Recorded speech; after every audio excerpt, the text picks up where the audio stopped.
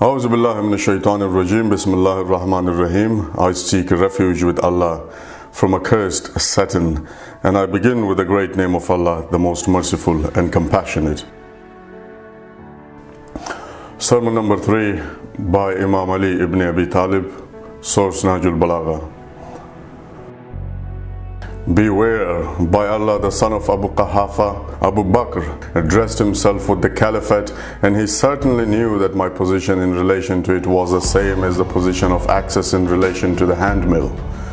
The flood water flows down from me, and the bird cannot fly up to me. I put a curtain against the Caliphate and kept myself detached from it. Then I began to think whether I should assault or endure calmly the blinding darkness of tribulations, wherein the grown-up are made feeble and the young grow old, and the true believer acts under the strain till he meets Allah. I found that endurance thereon was wiser, so I adopted patience, although there was pricking in the eye and suffocation in the throat. I watched the plundering of my inheritance till the first one went his way, but handed over the Caliphate to Ibn al-Khattab after himself. My days are now passed on camel's back, while there were days when I enjoyed the company of Jabir's brother, Hayyan. It is strange that during his lifetime he wished to be released from the Caliphate, but he confirmed it for the other one after his death. No doubt these two shared its udders strictly among themselves. This one put the Caliphate in a tough enclosure, where the utterance was haughty and the touch was rough. Mistakes were in plenty, and so also the excuses therefore. One in contact with it was like the rider of an unruly camel. If he pulled up its rein, the very nostril would be slit, but if he let it loose, he would be thrown. Consequently, by Allah, people got involved in recklessness, wickedness, unsteadiness, and deviation.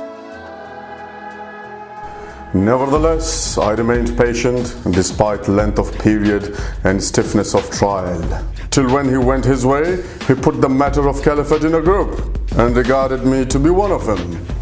But good heavens, what had I to do with this consultation?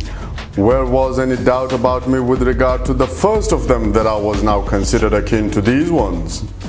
But I remained low when they were low, and flew high when they flew high.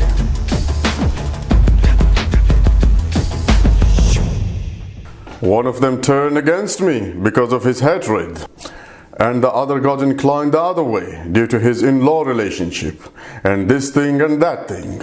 Till the third man of these people stood up with heaving breasts between his dung and fodder.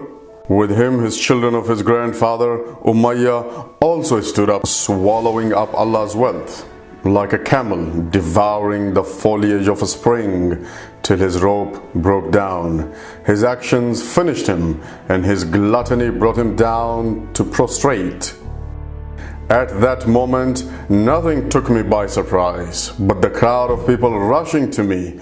It advanced towards me from every side like the mane of hyena, so much so that Hassan and Hussein were getting crushed, and both of the ends of my shoulder garments were torn. They collected around me like a herd of sheep and goats.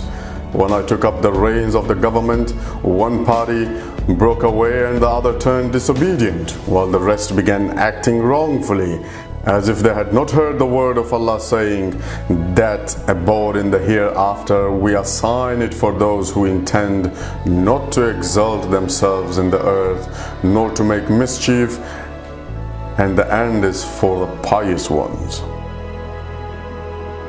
Yes, by Allah, they had heard it and understood it, but the world appeared glittering in their eyes, and its embellishments seduced them.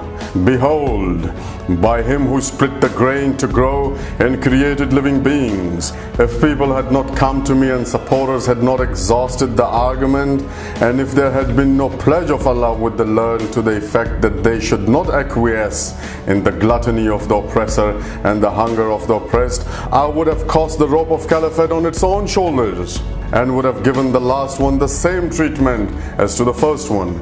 Then you would have seen that in my view this world of yours is no better than a sneezing of a goat.